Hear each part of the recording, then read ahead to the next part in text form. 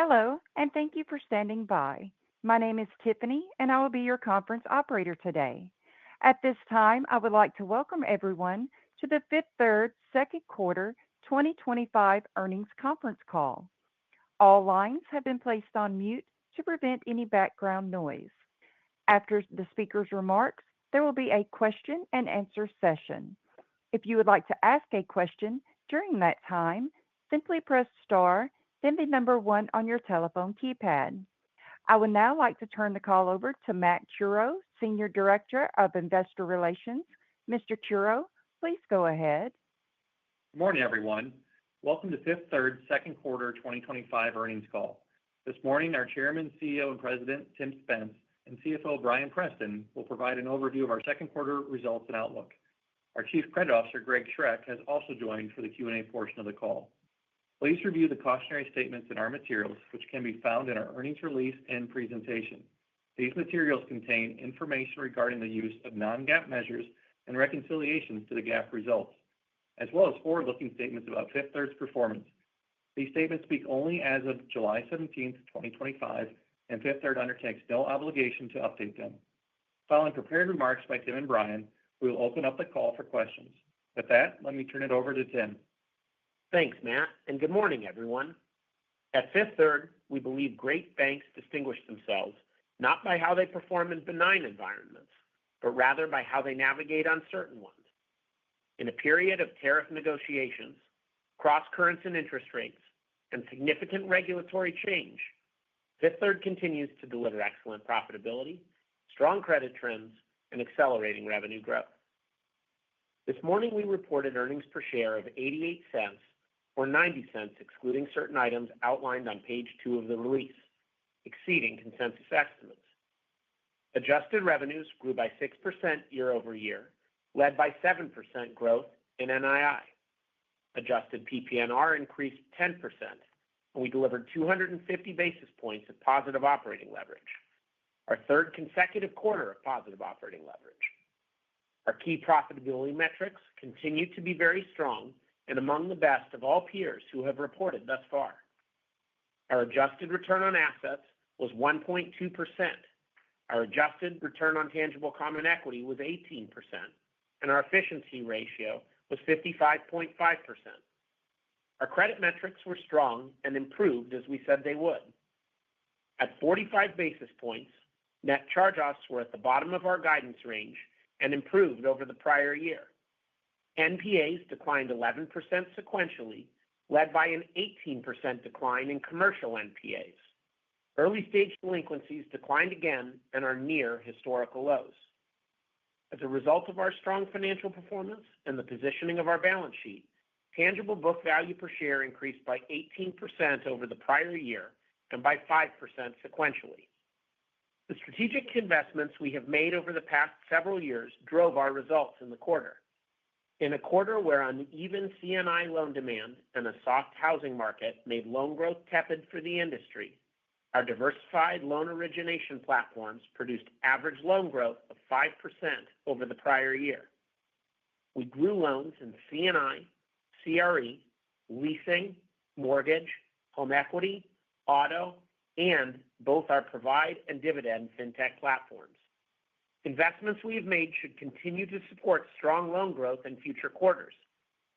Commercial relationship manager headcount increased by 11% year-over-year, and Provide had record production in the first half of the year. In our home equity business, we were number 2 market share in our footprint, and first half production growth was third best in the country. Both Provide and home equity are examples of the benefits we have achieved from digitally enabled lending channels combined with one bank collaboration. Our investments in the Southeast also continue to produce strong results across business lines. Our consumer bank grew net new households by 6% over the prior year in the Southeast.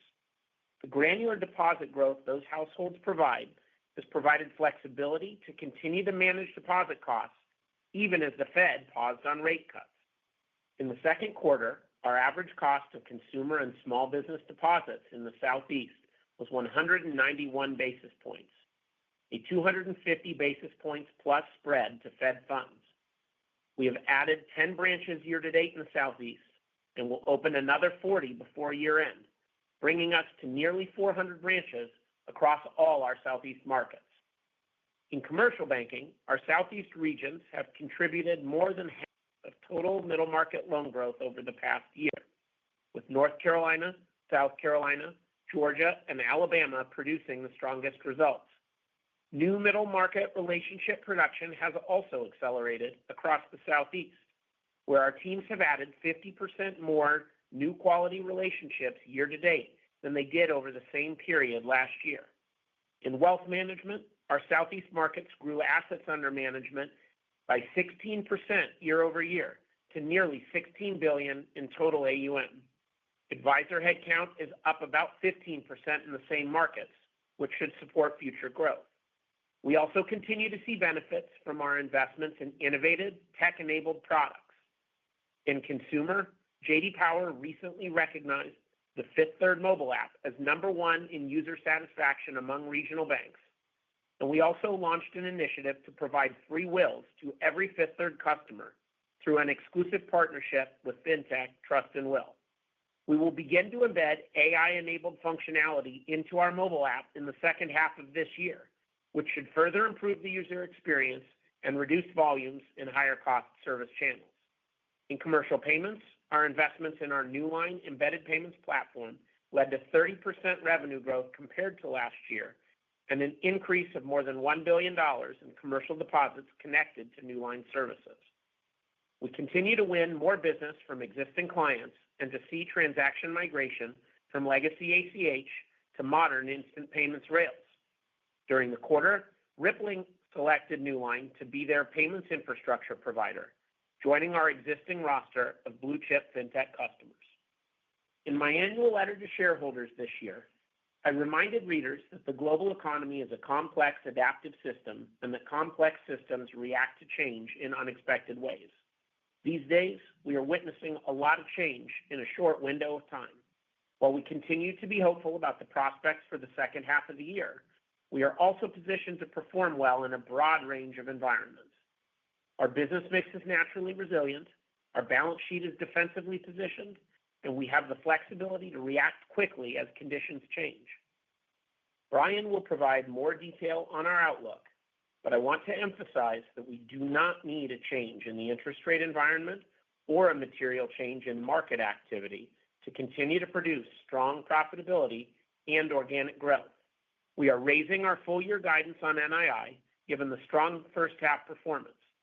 We remain very confident in achieving record NII in 2025, even if there are 0 rate cuts for the remainder of the year.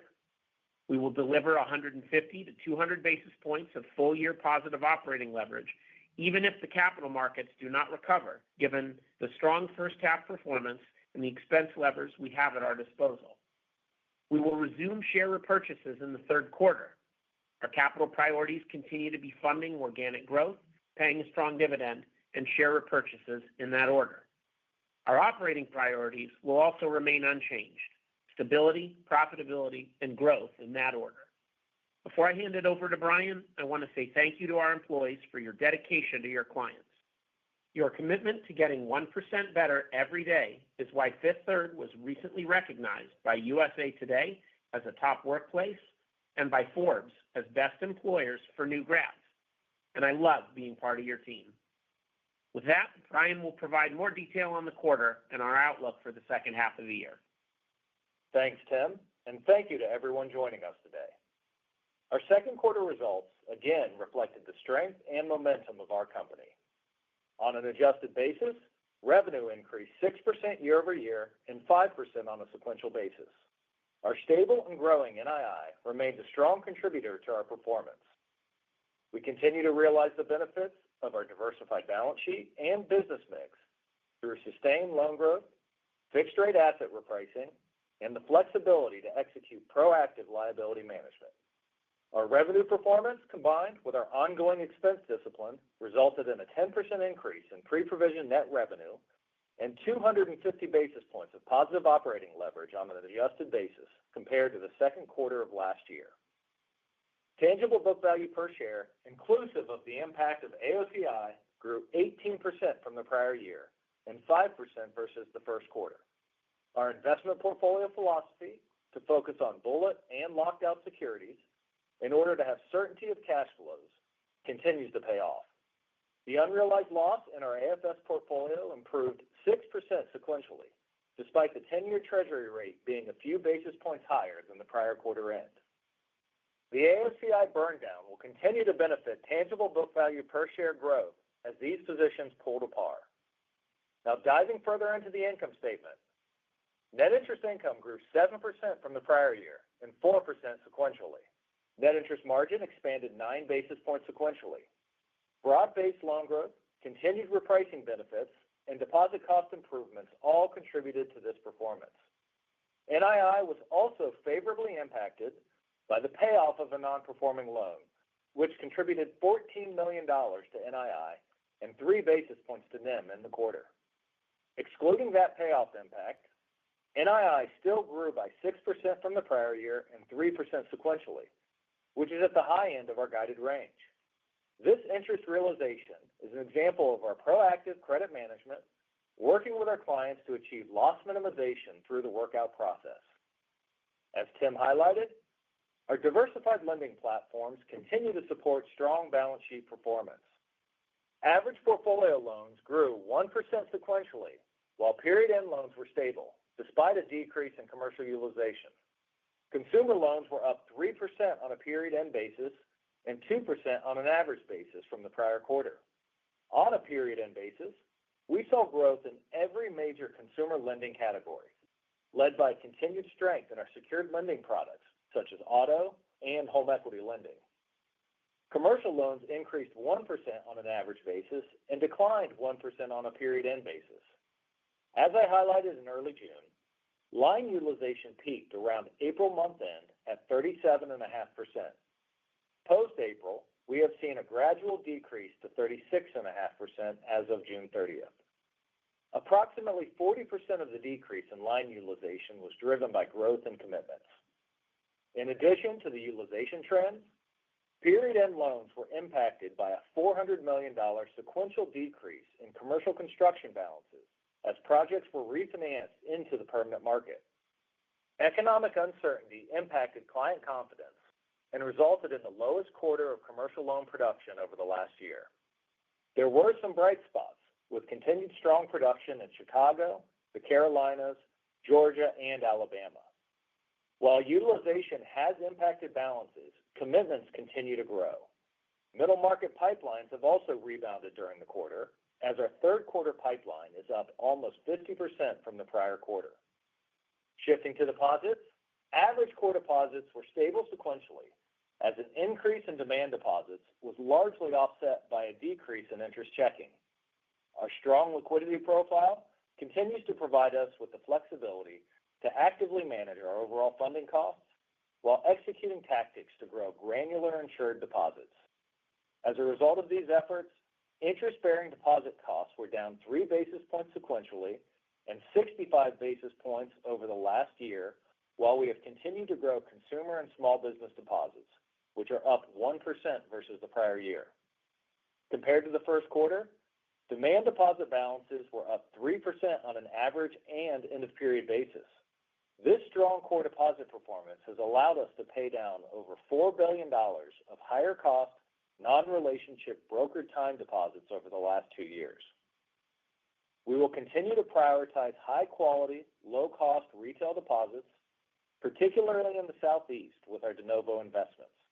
The most recent vintages of de novos are significantly outperforming expectations. Branches built between 2022 and 2024 are averaging over $25 million in deposit balances within the first 12 months after opening, significantly outpacing our original expectations.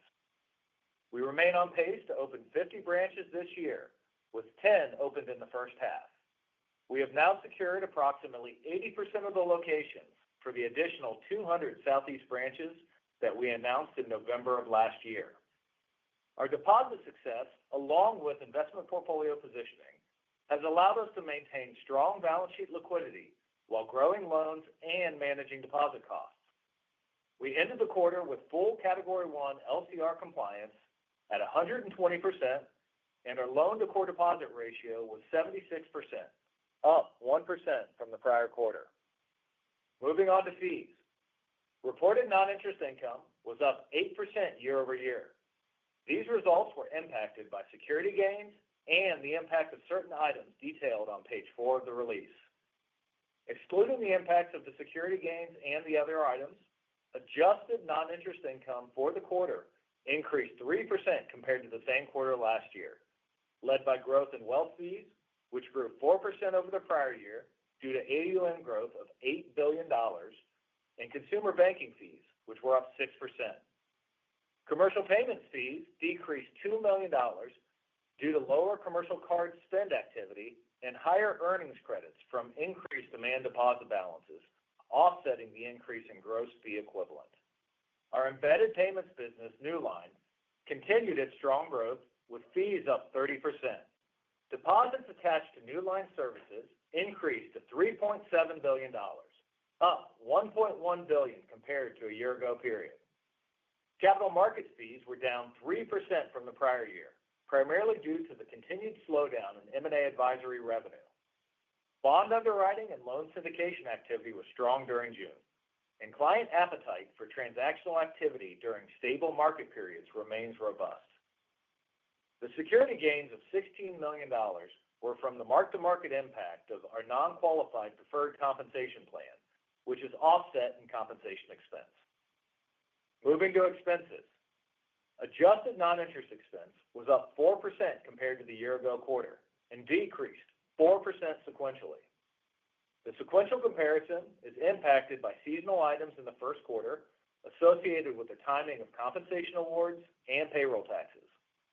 The previously mentioned deferred compensation mark-to-market increased expenses by $16 million for the quarter. Excluding the impact of the deferred comp mark-to-market in the quarter and in prior periods, expenses were down 5% sequentially and increased 3% compared to the prior year. The year-over-year increase in expense is due to continued investments in technology, branches, and sales personnel, partially being offset by the ongoing savings generated by our value stream efficiency programs. Shifting to credit, the net charge-off ratio was 45 basis points at the lower end of our expectations for the quarter and down 1 basis point sequentially. Commercial charge-offs were 38 basis points, up 3 basis points sequentially. Consumer charge-offs were 56 basis points, down 7 basis points, primarily due to seasonal improvement in credit performance in auto and credit card. Our NPAs declined 11% sequentially, as expected, led by an 18% decrease in commercial non-performers. The NPA ratio decreased 9 basis points sequentially to 72 basis points. Broad-based credit trends remain stable across industries and geographies, despite the market and economic volatility. Our provision expense for the quarter included a $34 million build in our allowance for credit losses. This build was primarily attributable to the deterioration in the Moody's macroeconomic scenarios, which now project a 0.5% increase in their baseline unemployment rate projection, which is up to 4.7% by 2027. The scenario-driven increases were partially offset by improvement in the overall risk profile of the portfolio, as indicated by the reduction in NPAs. This increase in reserve build was slightly less than we expected in early June, as utilization trends and commercial construction paydowns impacted period-end loan balances. The reserve build increased our ACL coverage ratio by 2 basis points to 2.09%. We made no changes to our scenario weightings during the quarter. Moving to capital, we ended the quarter with a CET1 ratio of 10.6%, an increase of 13 basis points and consistent with our near-term target of 10.5%. Our pro forma CET1 ratio, including the AOCI impact of securities, is 8.6%, up 60 basis points year over year. We anticipate continued improvement in the unrealized losses in our securities portfolio, given that approximately 63% of the fixed-rate securities in our AFS portfolio are in bullet or locked-out structures, which provides a high degree of certainty to our principal cash flow expectation. Moving to our current outlook, with the continued momentum from the second quarter, we remain confident in our ability to achieve record NII and full-year positive operating leverage approaching 2%. We now expect full-year NII to increase to 5.5% to 6.5%, up from our earlier guide. This outlook uses the forward curve at the start of July, which assumed 25 basis point rate cuts in September, October, and December. Due to the resiliency of our balance sheet, we expect to achieve record NII and our updated full-year guide with no further loan growth and no rate cuts. Full-year average total loans are expected to be up 5% compared to 2024, with the increase primarily driven by C&I and auto lending production. Our cash position, securities portfolio, and commercial line utilization should remain relatively stable throughout the remainder of 2025. Full-year adjusted non-interest income is expected to be up 1% to 2% as the muted capital market trends are offset by continued growth in other fee categories. We now expect full-year adjusted non-interest expense to be up 2% to 2.5% compared to 2024.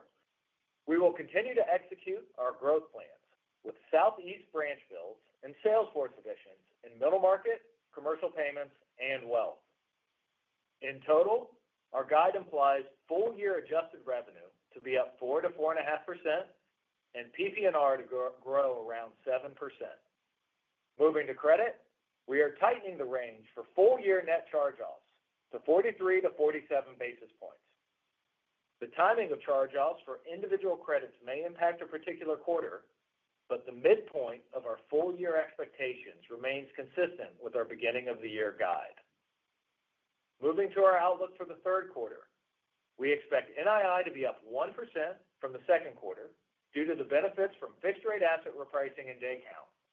We expect average total loan balances to be stable to up 1% due to strengthening C&I pipelines and continued broad-based momentum in consumer loans. Excluding the impact of the security gains, we expect adjusted non-interest income to be up 1% to 4%. Third quarter adjusted non-interest expense is expected to be up 1% compared to the second quarter as we continue to invest. We expect third quarter charge-offs to again be in the 45 to 49 basis point range. Turning to capital, we will continue to target our CET1 ratio at 10.5%. Based on our current projections for balance sheet growth, we expect to repurchase $400 to $500 million of stock during the remainder of 2025. We continue to prioritize organic loan growth over share repurchases in order to deliver the best long-term returns for our shareholders. In summary, we expect to maintain our momentum in the second half of the year and achieve record NII, positive operating leverage, and strong returns in an uncertain environment, all while continuing to invest for the long term. With that, let me turn it over to Matt to open up the call for Q&A. Thanks, Brian. Before we start Q&A, given the time we have this morning, we ask that you limit yourself to one question and one follow-up, and then return to the queue if you have additional questions. Operator, please open the call for Q&A. At this time, if you would like to ask a question, press star, then the number one on your telephone keypad. To withdraw your question, simply press star one again.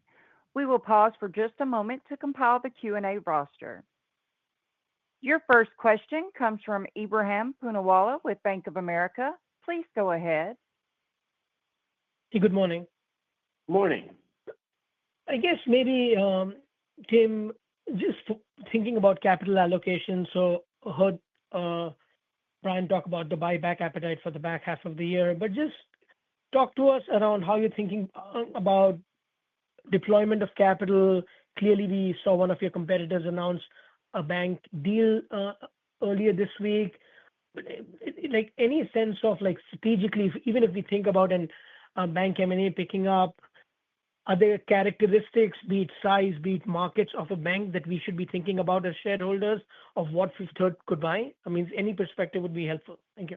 Yeah, great question. So, I I think from my point of view, the capital priorities of the bank are always going to be organic growth first because A, organic growth is completely within our control, and B, the thing that makes you a good acquirer is the ability to run your core business effectively. So the priority here is always going to be to run the company to gain share on an organic basis and to make sure that there's adequate capital available to that, in addition to ensuring that we provide a stable and over time growing dividend and that we're able to support the capital return to investors in periods where we have excess capital through share repurchases. I wasn't surprised to see the announcement earlier this week. I think I've said for a while that there was going to be more consolidation. I think the banking sector in the U.S. is the least consolidated industry, and our banking sector is the least consolidated banking sector in the world. So there is going to continue to be more of that. What I know to be true, though, is that M&A is a means to achieve a strategic outcome. It shouldn't be a strategy unto itself. There is an industrial logic to scale that I think holds in all sectors, but it's not just any kind of scale. If you imagine us as being in a military conflict where we had to fight an enemy that was 10 times our size, you would never march out into an open field single file and try to face a larger army. You would pick your spots. You would try to use the terrain to your advantage. You'd get dense. And you'd obviate the scale advantages that the competitor has. And if you think about the structure of the banking system in the U.S., I think that is the way to think about how you win. We're going to be way more successful building 350 branches in a single region in the U.S. than we would be if we built 3 or 4 branches in the 100 largest cities in the U.S. So the focus for us is always going to be on density. It's going to be on the ability to drive organic growth by spreading the cost of customer acquisition across multiple product lines. So the relationship value that you get from the ability to deliver a broad range of products and services to customers is really important to us. And it's always going to be focused on ensuring that you have a sort of continuity in, people say culture, but really in the mode of how you operate your business, because there just are a lot of things out there that operate very differently than we do. So I think appetite's the same. We wouldn't have much conviction if one deal announcement changed our outlook on how to deploy capital. But the focus is going to be on delivering our strategy in the mode that is most effective for shareholders. That's good color. Thank you. And I guess maybe just a separate question. As we think about, obviously your charge of range narrowed, but as we think about the impact of the tax bill on the residential solar panel industry, just give us how you are handicapping any potential risk tied to your exposure and the business strategy from here going forward at Dividend. Thank you. Yeah, Ibrahim, it's Brian. Thanks for the question. I guess first to just recap what's happened.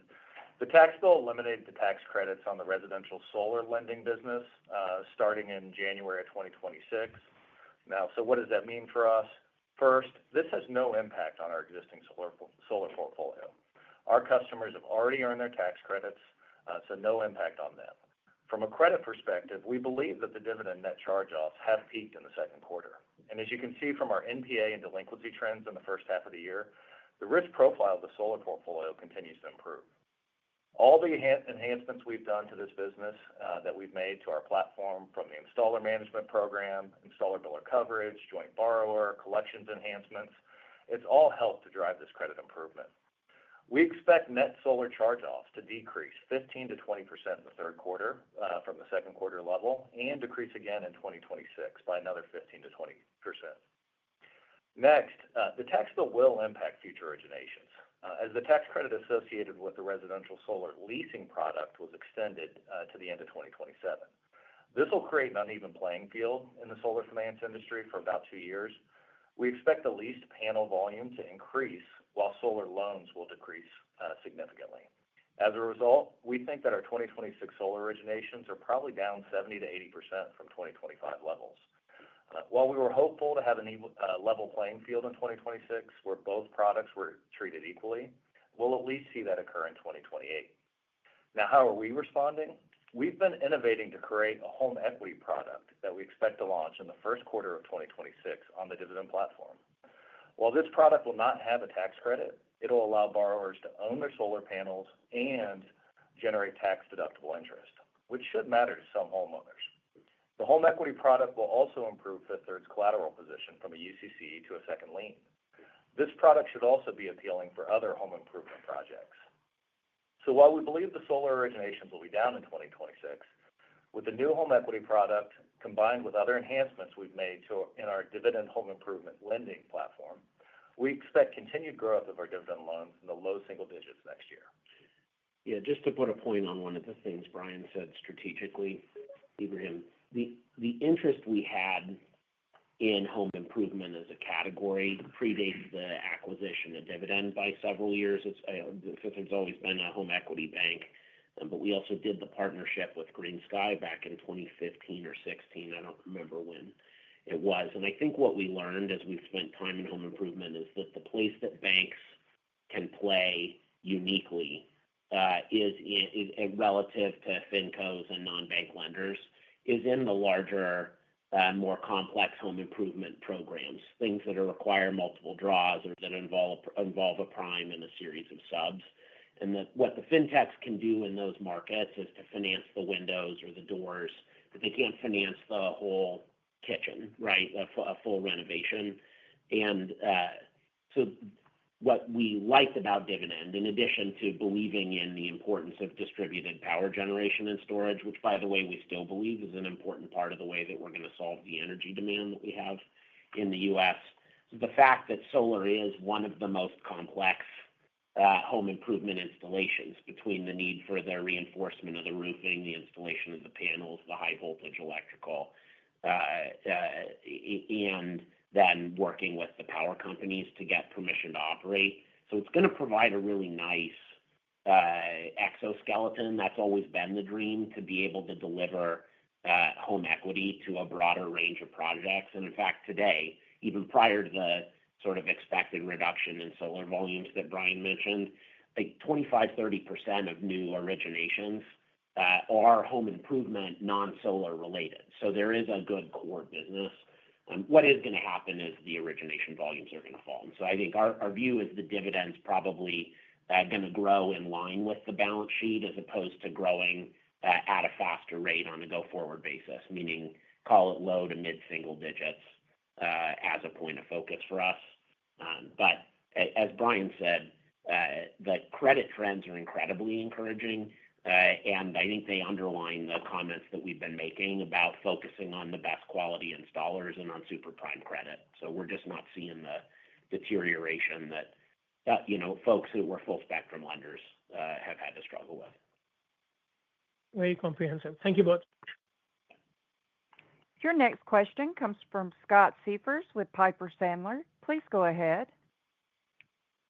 Morning, guys. Thanks for taking the question. Brian, wanted to ask on the margin improvement, even if we adjust for the benefit of the NPA that you discussed in your prepared remarks, much better than you had articulated might be the case earlier this year. So, I think we can see on slide 5 kind of what's happening between quarters. But I guess just in your view, what's coming in better than you might have anticipated earlier this year, and what are we thinking about the pace of improvement opportunity going ahead or looking ahead? And then I guess the follow-up, I was hoping you might be able, in your response, to sort of address what you see as competitive dynamics on both the loan and deposit sides, rational, irrational, et cetera. Yeah, thanks, Scott. Great question. I would tell you the big thing that I think was the outperformance item outside of the NPA payoff was the DDA performance we've seen. We were expecting to be able to transition back into growth mode on DDA now that the interest rate environment has been stable for a period of time. But we saw really strong performance this quarter. That certainly was a big driver of our success. We continue to feel really good about our ability to have gotten cost out of our deposit book while continuing to improve the composition. I think that's probably an underappreciated thing about what we've been able to do over the last year, just how much we've been able to strengthen the deposit base, especially with growth in the consumer small business sector.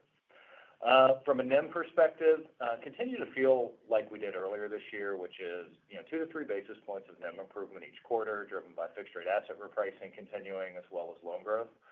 It's really just going to be kind of the core blocking and tackling and improvement of the business over time. So nothing dramatic there. And like you said, if we adjust for the 3 bips from the interest recovery, we'd be more in line with the 3.0, like a 3.09 NIM.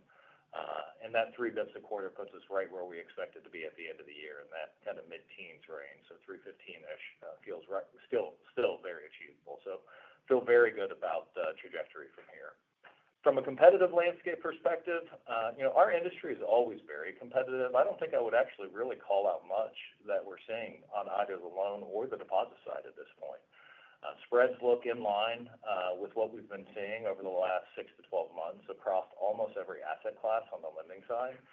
And deposit competition has been very, very rational. And we've seen great success in continuing to be able to find growth in the right pockets and improving the deposit base. Perfect. All right, good. Thank you very much, Brian. Your next question comes from Ryan Nash with Goldman Sachs. Please go ahead. Hey, good morning, everyone. Hey, long-time listener, first-time caller. Is this sports radio talk? I wish. Tim, maybe outside of the movement in utilization, we're obviously seeing signs of loan growth improving. You talked about, investments to support loan growth, lenders up 11%, outlook sounds upbeat. So maybe just talk more specifically about your expectations for loan growth. And as you're out talking to corporates, do you feel they've gotten, confident enough to start making big investment decisions and borrowing more? Thank you, and I have a follow-up. Yeah. Great question. So let me take it by category. I think on the consumer side of the equation, the thing that gives us confidence is the diversity of the loan origination platforms we've got.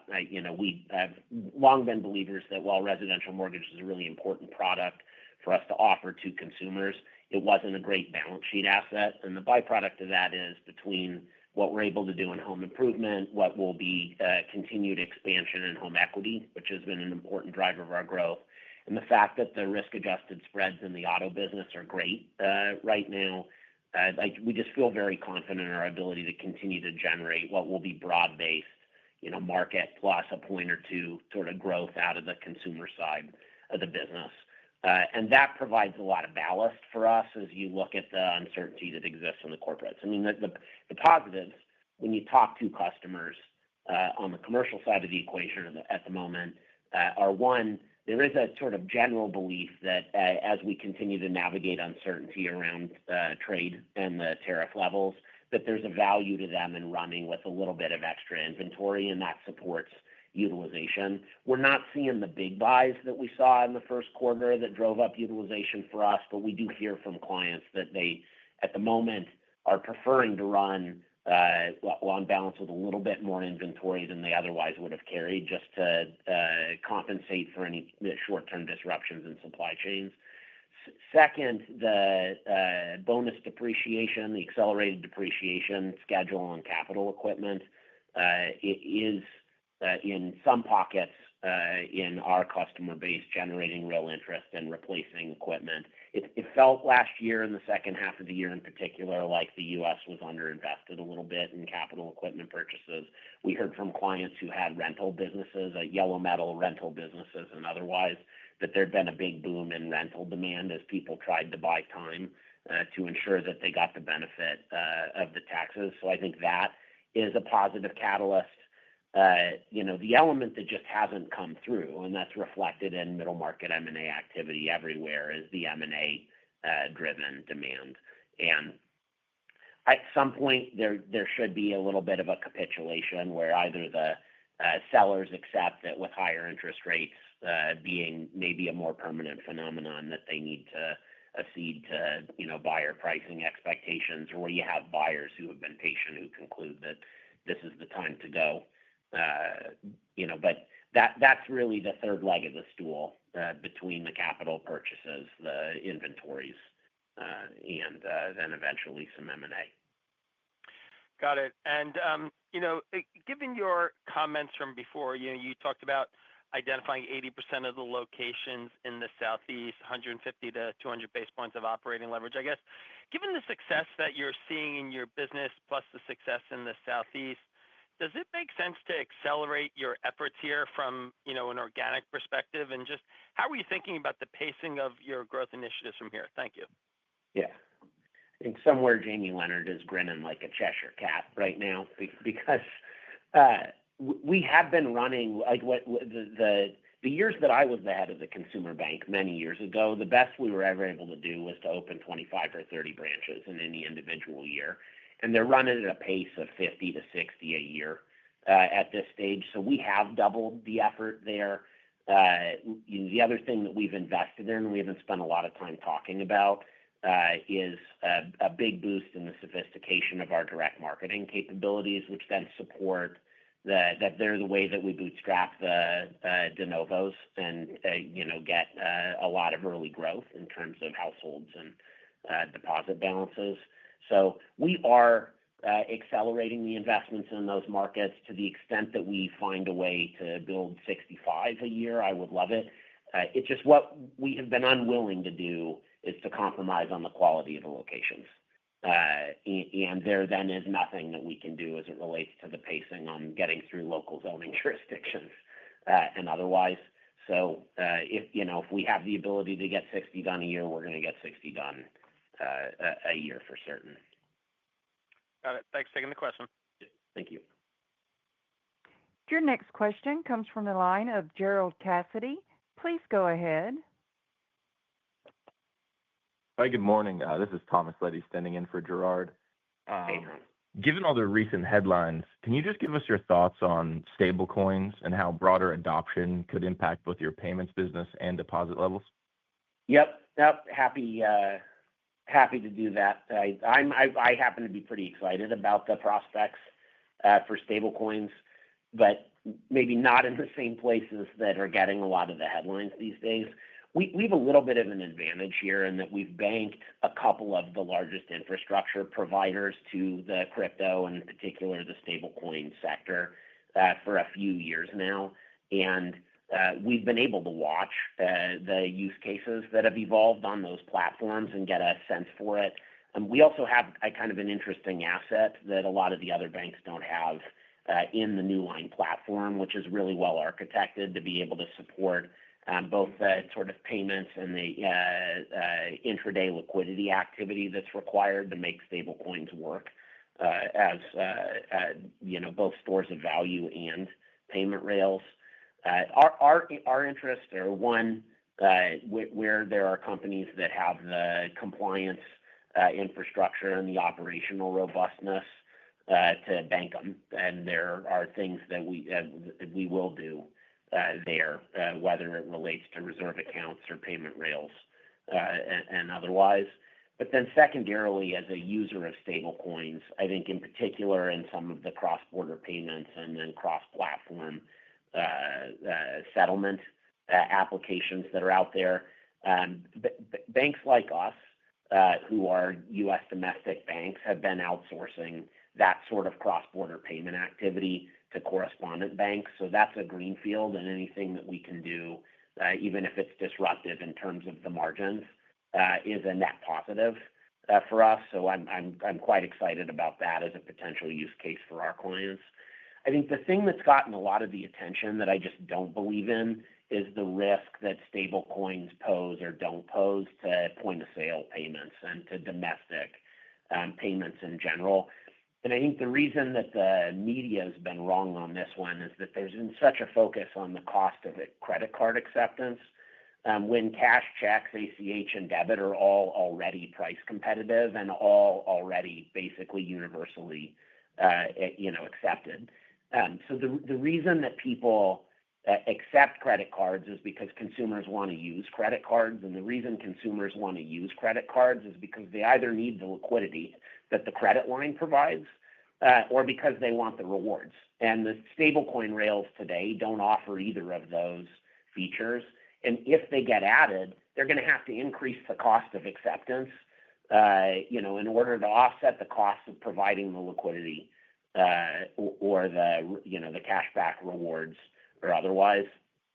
So, stable coins in markets with unstable central banks or not a broad-based banking system, absolutely an interesting application internationally. Stable coins for cross-border payment or for collateral on different exchanges, interesting use case. Domestic payments, I think there's probably more smoke than fire on that one right now.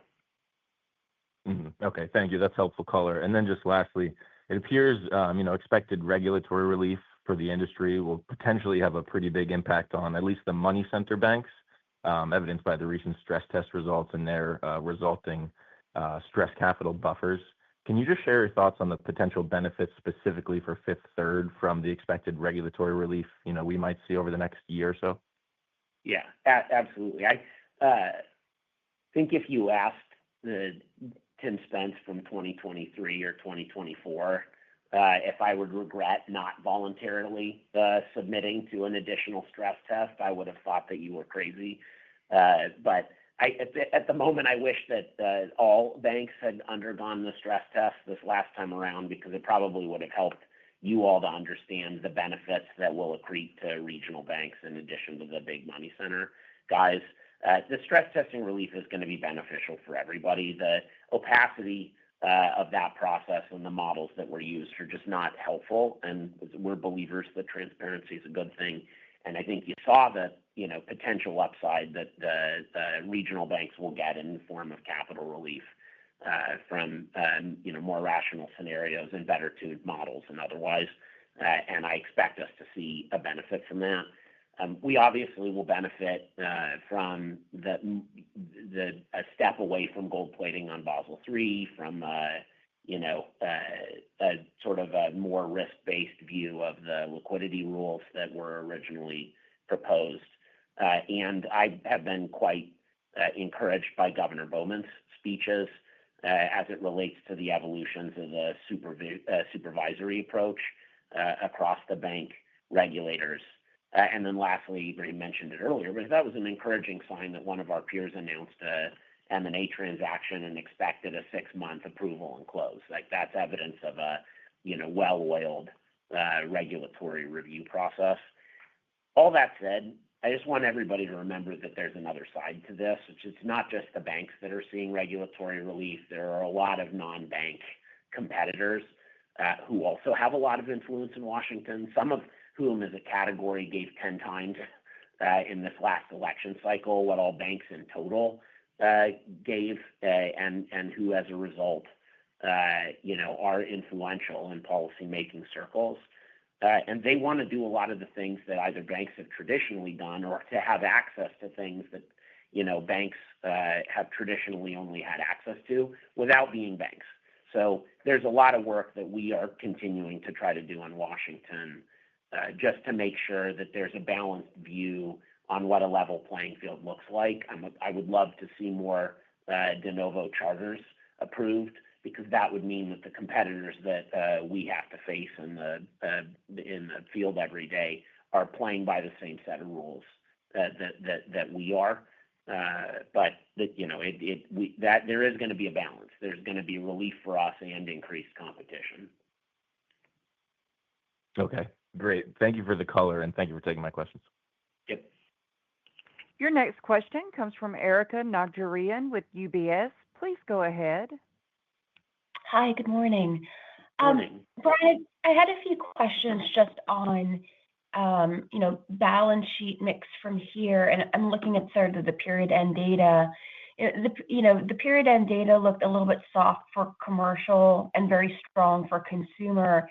Given Tim and your comments about, commercial clients and activity levels for the second half of the year, should we expect that mix of growth to change, or is there a dynamic where you can continue to see strong consumer growth in the back half of the year in addition to a pickup in C&I growth?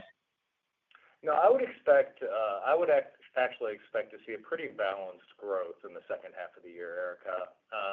Certainly the utilization trends, which we had a very strong fourth quarter and first quarter, and it was one of the things that I think we talked about previously, which was, hey, there is a risk that you could see a little bit of a pullback. We do think, that we continue to hear that inventory builds was a significant theme for the utilization pickup, and that has certainly reversed some. But we still feel good about growth from here. It's part of the reason why we actually increased our full-year average balance loan guide because of the strength that we're seeing. I mentioned in prepared remarks that pipelines in commercial were up 50%. Pipelines are now in line with where pipelines were a year ago, and that led to a pretty strong end of the year last year. So even though that little bit of a pullback in utilization, as well as the couple pay downs that we saw in commercial construction, we still feel pretty positive that we're going to be able to see some nice commercial growth in the second half to supplement what we think is going to be continued broad-based growth from a consumer perspective. And to that end, if the consumer is still solid and you're seeing that acceleration based on the pipeline, I'm wondering about your deposit strategy or funding strategy in the second half of the year. I mean, clearly your demand deposit momentum is strong. Total deposits were down a smidge or flat. I guess, as we think about the second half of the year, how are you balancing optimizing your mix versus gathering more deposits for funding? Or do you have enough, cash? I think you had $13 billion at period end that could, help fund that incremental loan growth. And sorry for the compound question. And what are the implications for, deposit costs in the second half of the year? Yeah, we're at this point we feel very good about our balance sheet positioning, and we are going to be focused on continuing to be core deposit funded.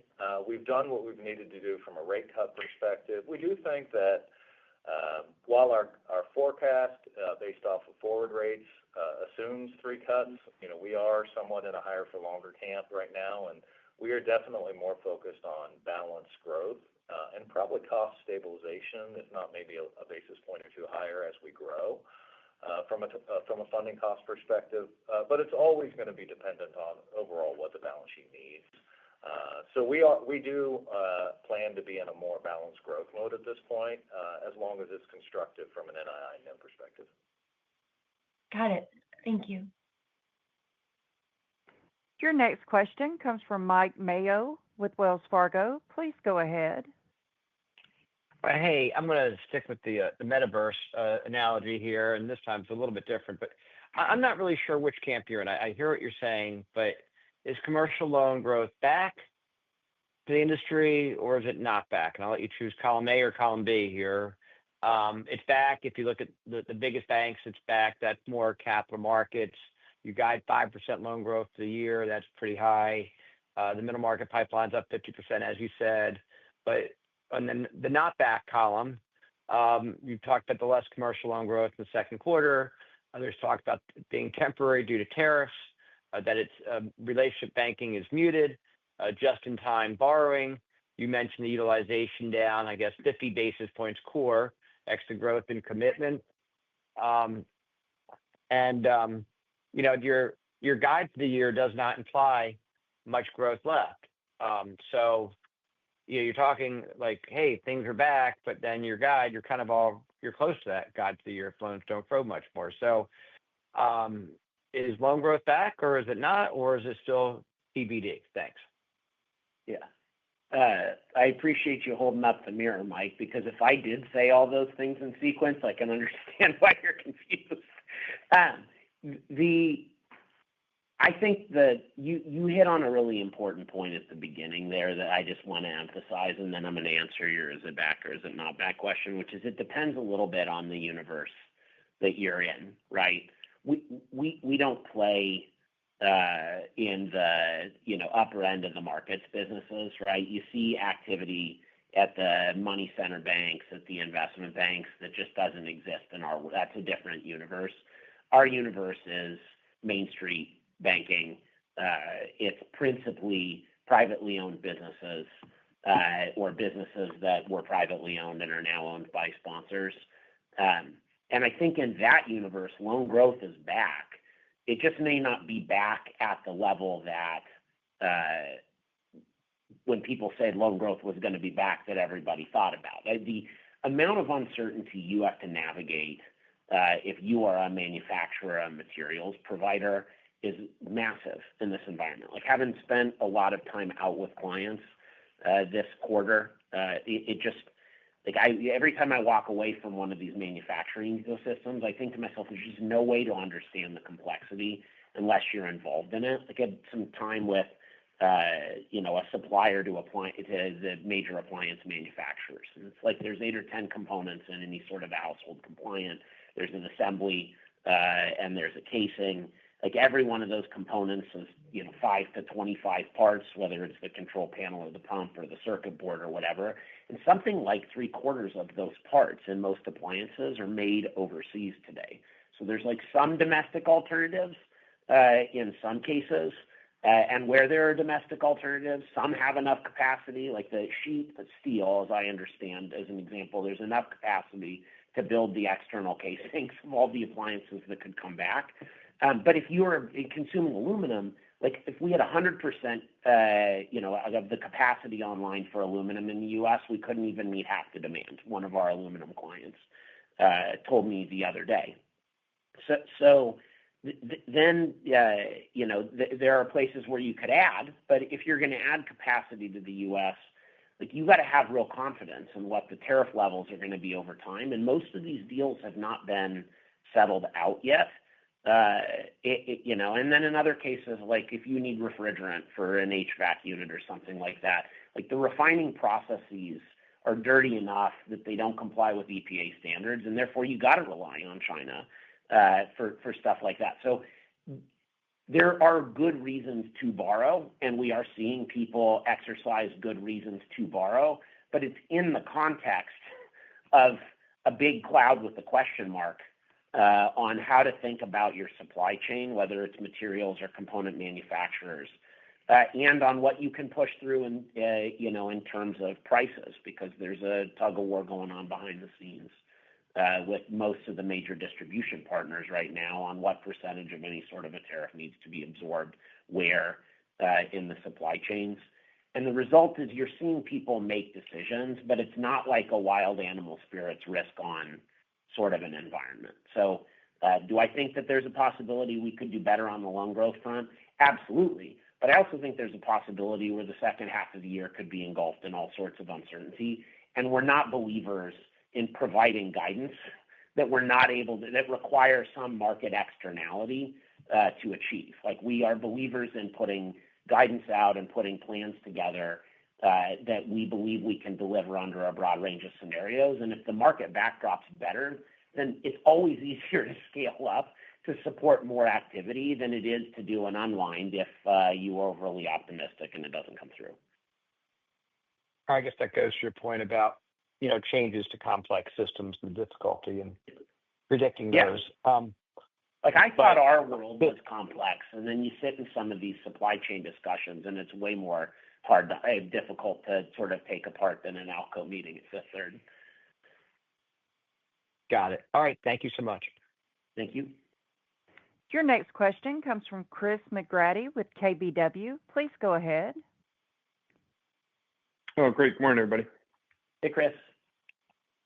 Tim, maybe following up on the loan growth, any comments on credit spreads?